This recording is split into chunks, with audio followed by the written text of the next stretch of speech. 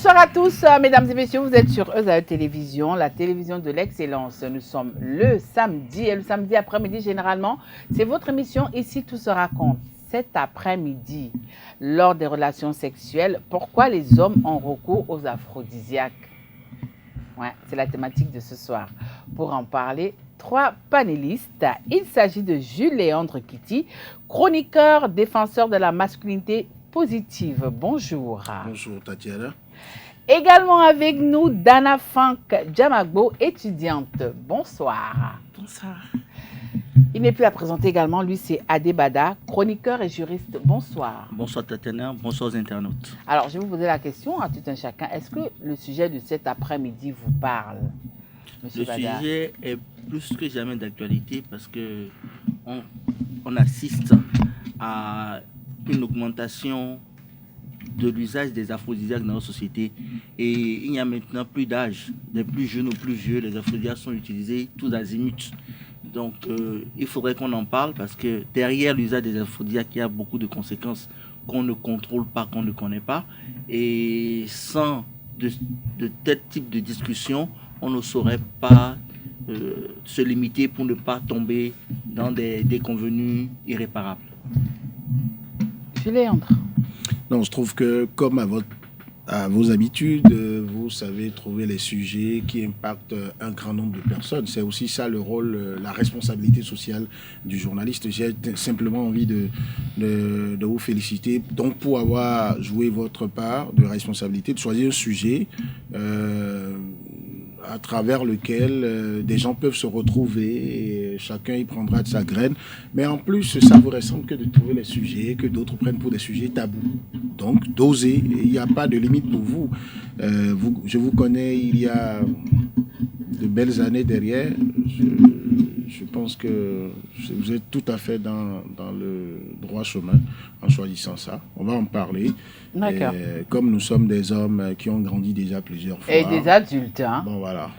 Dana. Et je suppose que Dana Funk. ma chérie qui est sur le plateau avec nous Mais la chérie à nous tous d'ailleurs. fera parler son côté adulte parce que aujourd'hui, ce n'est plus... Quand nous, on était adolescents, ce n'est plus au même âge où on devenait adulte qu'on le devient aujourd'hui. Aujourd'hui, à 15 ans, 16 ans, on devient adulte. Même plus tôt. Voilà. Donc, D'accord. Voilà. Dana Funk. Oui, le sujet m'intéresse. Ça parle beaucoup parce que comparé à tout ce beau monde-là, je suis beaucoup plus jeune et je constate... L'âge n'est qu'un chiffre. Je ne refuse pas, mais quand on prend ce chiffre-là, j'en ai de moins que beaucoup ici. Hein. D'accord. Et je constate qu'avec ça, des gens qui sont de la même génération que moi aussi l'utilisent. Et ça me choque parfois de voir ça. Je prends cette émission, j'estime que c'est un canal pour moi, pour leur faire part de ma part de vérité. Alors, justement, comment chacun de vous peut définir le mot aphrodisiaque en 3 mots? Je commence par Jules-Léandre. Non, le mot aphrodisiaque... En 3 mots, hein. Moi, j'y assimile stimulation, donc un coup d'accélérateur à donner à la libido. Et puis après, il y a la passion de vivre les relations sexuelles. Et enfin, il y a la triste obligation de devoir répondre à des responsabilités. 3 mots, je dirais stimulant, tuant rapidement. Tout court. Monsieur Bada. Excitant. Tuant rapidement, c'est peut-être trop dire, mais c'est un excitant qui vous amène très vite au nirvana. Et le drame, c'est que la chute, elle est souvent désastreuse. Ok. Aussi rapidement vous montez, plus brutalement vous descendez. Vous descendez. Alors dites-nous un peu, pourquoi est-ce que certains hommes ont recours à cela pour booster leur libido? Je ne vais pas poser la question à la dame qui est avec nous, mais je vais commencer par les hommes. Je ne suis pas qualifiée pour parler de ça. Oui, certainement, l'intervention des hommes nous permettra de comprendre pourquoi est-ce qu'ils ont recours à ça. Oui, monsieur Bada. La plupart du temps, les gens, enfin plutôt les hommes ont recours à ce genre de produits pour cacher leur faiblesse sexuelle. parce qu'ils ont peut-être une éjaculation précoce et surtout parce qu'ils ont envie de prouver à l'autre, la femme, qu'ils sont capables de faire l'amour sur une longue durée. Et socialement, il faut reconnaître que au-delà de ce besoin de performance, au-delà de cette envie de cacher un mal qu'on n'accepte pas, qu'on n'admet pas souvent, parce que l'homme pense que la faute est beaucoup plus à la femme qu'à lui. Il y a aussi des femmes qui poussent les hommes à prouver qu'ils sont capables d'être comme des petits genoux. Des Mustangs. Et en ce moment-là, ils se donnent à ce genre de produit, oubliant que l'usage va créer des conséquences que la femme ne serait pas là à assumer et qui sont les seuls à vivre à la fin. Monsieur Kitty. Bon, je pense qu'il y a, comme le disent les Ivoiriens, il y a 3 cas. Le premier, vous avez des gens qui ont de réels problèmes de santé. Vous allez au sexe avec une femme, qu'elle soit votre épouse, que ce soit une amie, vous êtes au lit en tenue d'Adam et d'Ève parce que vous avez envie de faire usage de 2 appareils. Le pénis de l'homme et le sexe de l'appareil génital de la femme. Il se fait que chez l'homme, vous devez être en érection. Ça doit être debout. Il n'y a pas os dedans. C'est la chair. C'est la chair. Et une chair qui subitement devient très dure quand vous êtes très bonne en bonne santé. Dieu a fait les choses de sorte à ce que il y a donc des nerfs qui doivent travailler, il y a un afflux de sang qui doit se faire. Tout ça, quand vous avez un dysfonctionnement au plan sanitaire, ça ne vient pas. Alors, quand ça ne vient pas, vous avez un goût d'inachevé. Ce que vous voulez faire, c'est comme si vous n'êtes pas prêt. Donc, vous ne pouvez pas jouir de ce qui vous a plu. Parce que le fait de ne pas pouvoir être en érection ne signifie pas que vous ne pouvez pas avoir l'envie de coucher avec un homme. D'accord. Alors, donc, quand vous avez l'envie, elle n'est pas satisfaite, vous avez un problème. Vous faites du tort, du mal à l'autre, chez qui vous avez créé aussi l'envie. Et après, psychologiquement, vous êtes malade, en plus d'être physiquement malade, parce que vous vous dites que je n'ai pas pu la satisfaire, parce que tous les hommes sont des prédateurs, ils ont envie de s'accaparer la femme pour eux. Donc, dès qu'il sait que la femme n'est pas satisfaite, il ne commence pas à imaginer que donc quelqu'un d'autre pourrait le faire à sa place. D'accord. Donc, en plus d'être malade physiquement, il devient malade psychologiquement auprès. Le deuxième cas, c'est quoi? C'est vous avez des gens qui peuvent tenir sexuellement. Votre organisme ne communique à votre sexe, vous, homme, que la capacité dont il dispose en ce moment, pour que vous fassiez la performance qui est raisonnable, pour que l'organisme continue de tenir. Parce que vous devez tenir toute votre vie. Mais vous, quand vous avez dans la société tout le discours que vous entendez, c'est comme si c'est celui qui cogne la femme sauvagement, qui est grand garçon. Ouais. Donc vous voulez donner un coup d'accélérateur plus fort à votre sexe. Du coup, vous allez chercher un stimulant, vous allez chercher quelque chose qui le force. C'est une drogue que vous donnez à votre sexe. Maintenant, le troisième cas, c'est que l'homme, il a la tête sur les épaules, il n'est pas malade physiquement, il n'a pas envie de faire les fantasmes en disant... Mais la femme qui est en face de lui, quand vous faites la cour à une femme, elle dit, mais tu es là à parler depuis. Tu peux quoi même? Si on se met au lit maintenant, tu peux faire combien de minutes? Tu peux faire combien de coups? Je vous parle de choses vraies, de choses que moi, je me suis entendu dire une fois. Ouais. Donc, je regarde, je dis, mais celui-là, s'il veut vraiment de cette femme, il est obligé d'aller boire tout ce... Et là, en ce moment, il n'a plus la tête pour savoir s'il y a des conséquences ou pas. Donc, à partir de ce moment, c'est selon chacun qui se retrouve dans tel ou tel cas. Voilà les situations dans lesquelles ça arrive. Alors, Dana, vous venez d'écouter M. Bada et M. Kitty. De toutes les façons, à entendre les deux discours, il y a un doigt accusateur vers les femmes. Alors, la femme que vous êtes, pourquoi vous poussez les hommes à utiliser des aphrodisiaques?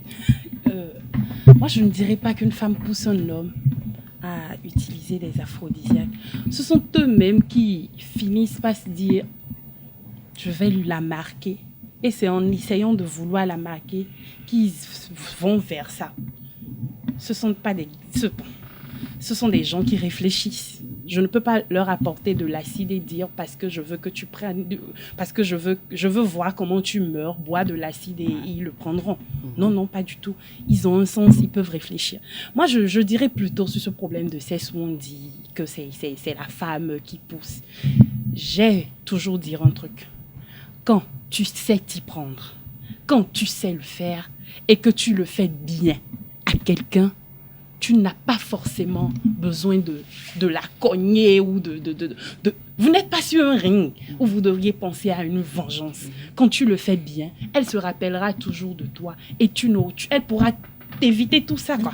Donc, quand vous accusez les femmes, moi, je le dis, c'est vous-même qui vous tuez inutilement. Alors, moi, je vais vous poser la question. Vous êtes femme, hein? Est-ce que vous, aujourd'hui, en tant que Dana Frank, vous êtes prêt à aller avec un homme qui ne vous satisfait pas sexuellement? Non, je ne peux pas être avec un homme qui me satisfait. Résultat des courses, il sera obligé. Ben ça dépend de comment. Ce que je mets dans la satisfaction. Les hommes ils ne prennent plus le temps aujourd'hui d'étudier leur partenaire, de savoir ce qui lui fait réellement plaisir quand elle est dans un lit. Quand je suis dans un lit, peut-être que je n'aime pas la pénétration. Ouais. Il n'en sait rien, mais il veut quand même me sauter. Peut-être que j'aime quand on me fait autre chose, quand on me touche autre endroit. Mais lui, il ne sait rien de tout ça. Il veut quand même, d'abord, il est égoïste. Il veut d'abord lui-même libérer ce qu'il a eu le temps d'accumuler en s'en battant. En prenant ses afros. En prenant ses afros. Et ces afros-là, finissent, au lieu de le faire libérer rapidement, il lui donne encore de l'endurance. Et là, ça devient long. Or, quand ça devient très long, pour beaucoup de personnes, à quelques exceptions près, ça commence à blesser, ça commence à faire mal. Quand ça commence à faire mal, je ne vois plus où se situe le plaisir. Ça, c'est plus me satisfaire, c'est me tuer. Alors, Monsieur Bada, vous avez écouté Dana Frank. Alors, est-ce que le fait de ne pas avoir une performance sexuelle quand vous vous retrouvez vis-à-vis d'une femme, est-ce que ça vous rend, vous, en tant qu'homme, de façon générale, hein, est-ce que ça vous rend vulnérable? Non, personnellement, la présence ou l'absence de performance sexuelle ne devrait pas rendre vulnérable. Parce que le sexe, c'est plutôt un jeu de donner et de recevoir. Nous sommes en train de prendre du plaisir, de donner du plaisir à l'autre. Nous devons plutôt avoir l'esprit, la recherche de l'assurance que l'autre a le plaisir que nous venons lui donner. Maintenant, il se fait qu'il y a des femmes qui, au-delà du fait d'être insatiables, elles vous font remarquer qu'elles n'ont pas du plaisir. En ce moment-là, excusez-moi, des fois même, elles poussent la malhonnêteté tellement loin qu'elles ne vous disent même pas comment elles prennent du plaisir. Tout à l'heure, Dana a dit que les gens ne prennent pas la peine de connaître. C'est vrai. Il y a aussi les clichés, les vidéos porno qui circulent un peu partout. Et il y a aussi la réaction de nos sœurs, de nos femmes, qui vous disent « Non, moi, je ne ressens rien après tout ce que nous venons de faire. » Mais quand c'est le cas, l'homme, il va essayer de chercher les moyens pour se montrer performant. C'est quand même l'homme. C'est le chef. C'est le dominant. C'est le mâle. Donc, il va vouloir chercher... Attends, non. Monsieur Bada, vous voulez me dire que sur ce terrain aussi, vous amenez le dominant, le mâle? C'est la nature qui parle. La nature intrinsèque des êtres. Voilà qu'il est dominant, il est mâle, mais il n'arrive pas à satisfaire. Voilà le dominant qui est dominé maintenant. Maintenant. Il faudrait que la femme aussi aide l'homme à atteindre un orgasme. Vous avez besoin d'aide maintenant. Parce que c'est un jeu complémentaire. Il y a une expression fond que j'aime bien. Quand le jeu est joué d'un seul côté, ce n'est pas intéressant. Vous voyez, c'est quand vous commencez à dire ça que moi, je me sens peinée. Vous dites, et c'est justement, c'est ça qui vous conduit à ces extrémités-là. Non. Vous finissez par dire que vous êtes l'homme. Et parce que vous vous mettez en posture de dominant, vous n'allez pas vous rapprocher de votre conjoint. Personnellement, je ne me vois pas en train de prendre des aphrodisiaques parce que j'en connais les conséquences. Vous allez plutôt donner conseil à vos amis qui ne sont pas des médecins. Mon conseil sportif ne me permet pas également de prendre des aphrodisiaques. Je ne le conseille à personne. Mais malheureusement, dans notre société, nous voyons que vous, les femmes, et surtout les réseaux sociaux qu'on sort, poussent beaucoup de jeunes gens vers les aphrodisiaques. Et c'est un marché. Les gens veulent faire du commerce et avoir leur argent. Donc, il faudrait qu'ils trouvent aussi un support. Et à l'école, on n'a pas l'éducation qu'il faut pour permettre à l'enfant ou aux jeunes de ne pas aller vers ce genre de produits. Donc, aujourd'hui, au-delà de l'éducation à la maison, au-delà de l'éducation à l'école, il faut également que nous puissions, à notre propre niveau, faire la part des choses pour éviter ce genre de produits. Alors, justement, pour en savoir ce que pensent les jeunes de l'utilisation des aphrodisiaques, je vous invite à suivre ce micro-trottoir réalisé par la rédaction et nous allons revenir ici pour les réactions. De nos jours, les filles se moquent des garçons qui n'ont pas la force sexuellement ou bien qui fait ça après le rap, qui fait vite dans le rapport.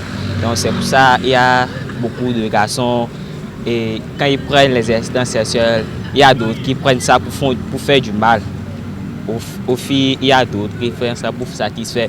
Et il y a d'autres filles aussi qui aiment ça. Ce n'est pas raisonnable de prendre ces genres de produits pour un jeune parce qu'on n'a pas à cet âge-là des problèmes sexuels, pas de problèmes en tant que tel. Mais pour quelque part, je dis que c'est pour pouvoir augmenter le désir sexuel, augmenter l'adrénaline au moment de l'acte. C'est juste pour satisfaire leur conjoint. Aujourd'hui, nous assistons à certaines filles, même s'ils sont en face devant leur conjoint, ils n'arrivent pas à être bien satisfaits, quoi. Ils se disent que leur mari n'arrive pas à bien faire le rapport sexuel ou bien des fois si leur mari les satisfait, ça ne les... Je ne sais pas comment le dire, ils ne sont même pas à l'aise et des fois ils peuvent sortir, aller sur quelqu'un d'autre pour les bien satisfaire. Donc au cas à force d'utiliser ces genres de trucs, ça les satisfait, quoi. On prend des excitants sexuels parce qu'on veut toujours satisfaire sa partenaire. En ces derniers temps, il y a la faiblesse sexuelle qui bat son plein. Et c'est la raison qui pousse les jeunes à aller se procurer de ces excitants sexuels pour satisfaire. Le sujet sexuel, avec les réseaux sociaux, c'est un sujet qui a pris de l'ampleur et qui fait que les jeunes croient qu'ils peuvent être au-dessus de leur performance naturelle, parce que tout ce qui se dit sur les réseaux sociaux et tout ce que nous voyons, et les jeunes croient que c'est des choses qui existent réellement et veulent aussi tenter le coup, veulent faire des heures dans un rapport sexuel. Les boîtes de conserve, etc., tout ce que vous savez, c'est ça qui fait que la faiblesse sexuelle devient un peu plus récurrente. Bon, je pense que ce n'est pas une bonne chose, car bon, ça a des inconvénients. Quand on devient plus grand, les conséquences, ça rattrape. Ouais, ça aura des conséquences par rapport aux filles, parce qu'ils auront aussi du mal à faire des enfants et ils n'auront pas, ils seront honteux quand les garçons vont prendre ça pour faire une publicité ou pour les faire des jeux genre sur Internet. La première solution, c'est d'éviter d'avoir trop de partenaires sexuels, parce que c'est ça aussi qui amène à se donner à ce genre de choses. L'autre chose, c'est qu'il faut prendre des fruits. Il faut être beaucoup plus naturel. Il faut être beaucoup plus naturel, prendre des fruits, savoir manger ou à défaut se rendre à l'hôpital. Voilà, nous sommes revenus dans ce studio. Vous avez écouté les interventions des jeunes qui, comme vous, sur ce plateau, n'ont pas raté de flécher les femmes, d'accuser les femmes que c'est les femmes qui sont responsables de ça. Alors moi, d'abord votre réaction avant de poser la question. Non, ma réaction, c'est que les gens ont été honnêtes. Non pas qu'ils ont forcément raison. On peut être honnête sans avoir raison. Ils ont été honnêtes parce que toutes les informations qui viennent à la plupart des gens dans notre société concourent à ça. Vous avez des femmes, une catégorie de femmes qui sont réellement comme ça, qui ont la boulimie du sexe masculin. Ce que ma chérie dit là, c'est étriqué. Il faut qu'elle comprenne que, oui, je suis content. Oh là là. Non, je suis content que tu aies dit au départ et ça, ce n'est pas pour te discriminer. Tu as dit au départ, tu es en face de gens qui ont quelques années avant toi. Ça veut dire qui également ont connu le sexe avant toi. Respectons les gens qui ont vécu, chers Mais internautes. je peux t'assurer et je plaide pour que tu me crois, directement ou indirectement, 9 hommes sur 10 reçoivent pour information que l'un des terrains sur lesquels l'homme affirme sa masculinité, l'homme affirme son autorité, sa crédibilité auprès de la femme, c'est au lit. C'est notre société qui est comme ça. Et tu n'as pas connu notre société de façon authentique. Elle est déjà hybride quand tu l'as connue. Ça, c'est pas une leçon. Parce que aller dans les contrées de notre pays, voyez, quand vous prenez simplement le contexte de la polygamie, qui était la règle, quand vous croyez qu'un père de famille, quand il a 4-5 femmes autour de lui, qui font des enfants, et toute la tradition refuse qu'elle aille regarder ailleurs, elle a droit d'être satisfaite également. Et lui, il dort dans la chambre de chaque femme, à tour de rôle. Vous pensez qu'un homme normal, puisque les gens vont au-delà de 7 femmes qui peuvent être réparties sur les 7 jours de la semaine, vous pensez qu'un homme normal peut être dans le sexe tous les jours et s'en sortir? Quelle est la femme qui, quand son tour va arriver, va dire « Ok, l'homme est fatigué, moi je ne fais pas ». Alors donc, c'est la nature des aphrodisiaques qui a changé, qui a évolué vers des produits plus toxiques. Alors, des gens qui avaient l'hygiène, une hygiène de vie assez prononcée, aidaient leur organisme même à être naturellement performant. Donc, quand vous écoutez, quand vous regardez les films porno, ce n'était pas aussi développé. Avec Internet, aujourd'hui, un enfant de 10 ans, quand vous lui donnez un téléphone, s'il a accès à Internet, il va sur Google, c'est illimité. Donc, l'enfant ne fait pas la différence entre des gens qui sont commis pour des films pornographiques, qui ont besoin même de violence, qui sont drogués. L'enfant ne fait pas de différence entre ça et la réalité. Et c'est cet enfant qui grandit. Les discussions que vous faites entre étudiants, vous êtes étudiant. Est-ce qu'avant, on allait à l'école en se disant, dans mon cursus là, je peux aller déjà au sexe comme je veux? Non. Le fait d'aller précocement au sexe vous pousse également à vouloir être performant parce que votre organisme est planifié sur toute votre vie, toute votre existence. Donc, avant 10 ans... Permettez-moi de renchaîner, s'il vous plaît. C'est en ça que je trouve les hommes égoïstes. Il vient de me donner encore la preuve que je ne me trompais pas. Il a parlé de quelqu'un qui a 7 femmes. Ouais. Personne ne lui a demandé. Il y en a. Monsieur Bada, vous allez Monsieur Bada, vous allez renchérir. Il y en a qui avaient 3 ou 4 et qui sont restés avec. Il y en avait même qui en avaient 1000. On ne condamne personne pour ça. Mais non.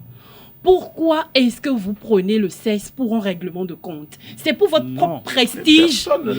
C'est pour votre propre prestige que vous allez vous doper. J'explique un phénomène. C'est pour votre propre... Parce que de tout ce que vous aviez dit, vous n'aviez pas forcément parlé de la femme. Vous aviez parlé d'un père de famille pour garder son chapeau de père de famille. Non, alors, je me comprends. Non, très rapidement, parce que je vais passer la parole aussi à M. Bada. Très rapidement, oui. En fait, on est parti du micro-trottoir où la tendance est d'incriminer la femme.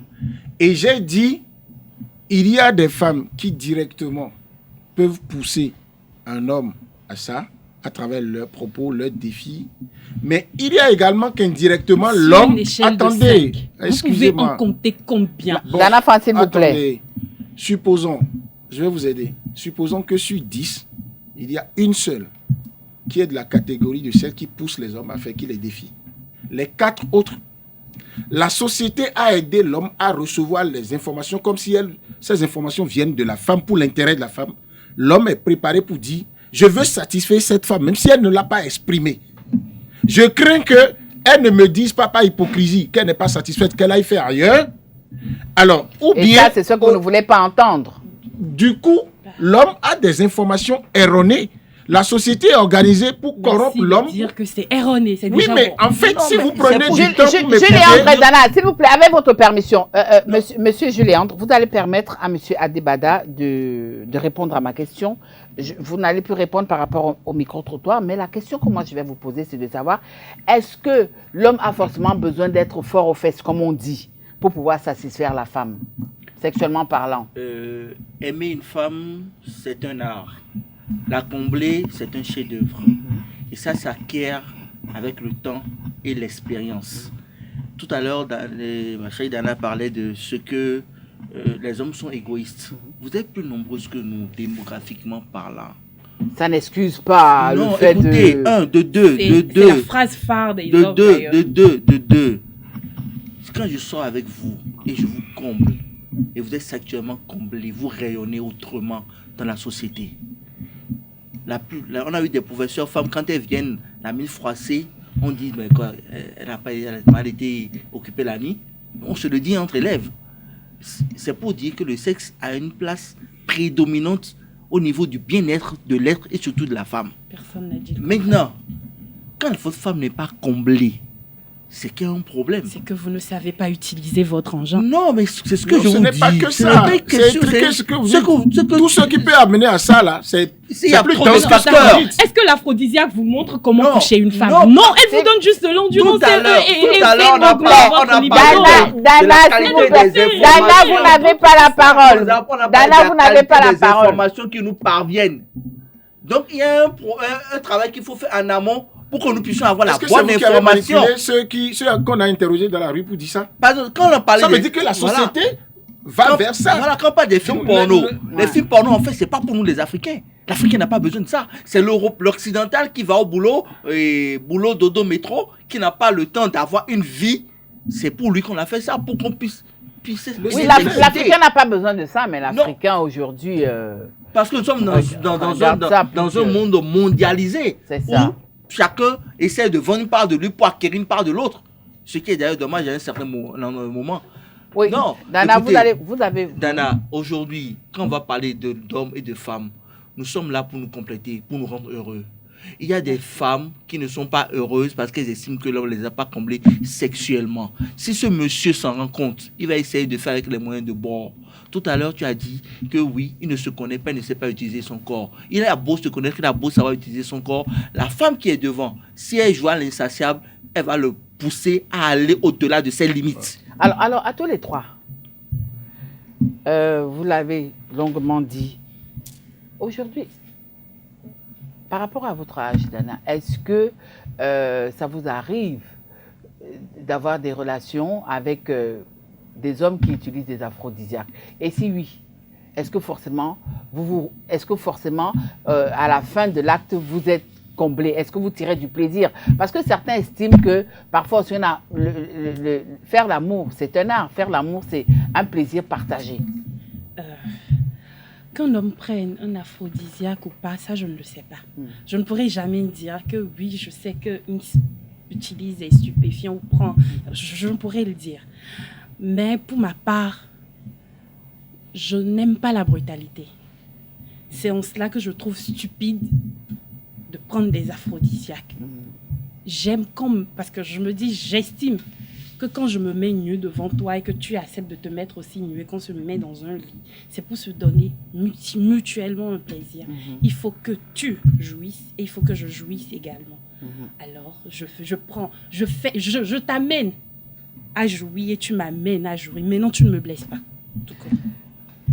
Julie-André Kitty, vous avez quand même roulé votre boss. Vous avez fait tout ce que un homme est censé faire à ce jour. Je n'ai pas non plus, non plus battu le record. Non, je n'ai pas dit que vous avez battu le record, mais moi, ce que je veux savoir, ce que je veux savoir aujourd'hui, malgré, avec l'âge que vous avez, est-ce que vous avez forcément encore besoin de cette montée d'adrénaline pour pouvoir satisfaire une femme?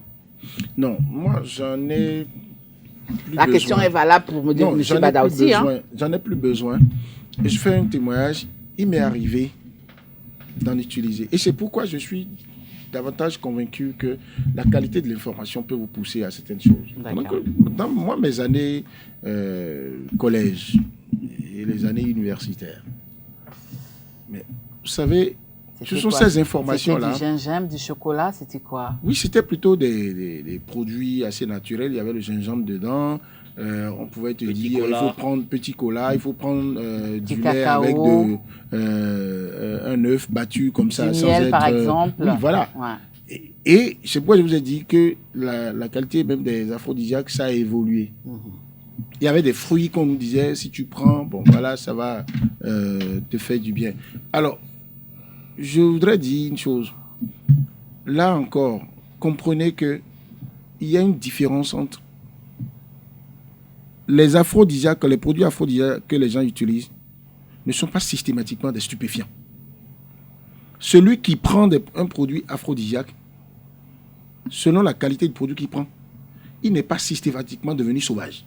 S'il avait déjà l'art de prendre soin correctement d'une femme dans le lit, même s'il est tendu, alors que ça vient régler juste un problème d'érection pour lui, d'accord? S'il est toujours, il a la tête sur les épaules, il peut toujours entretenir sa femme, son amie, sa chérie dans le lit sans la blesser.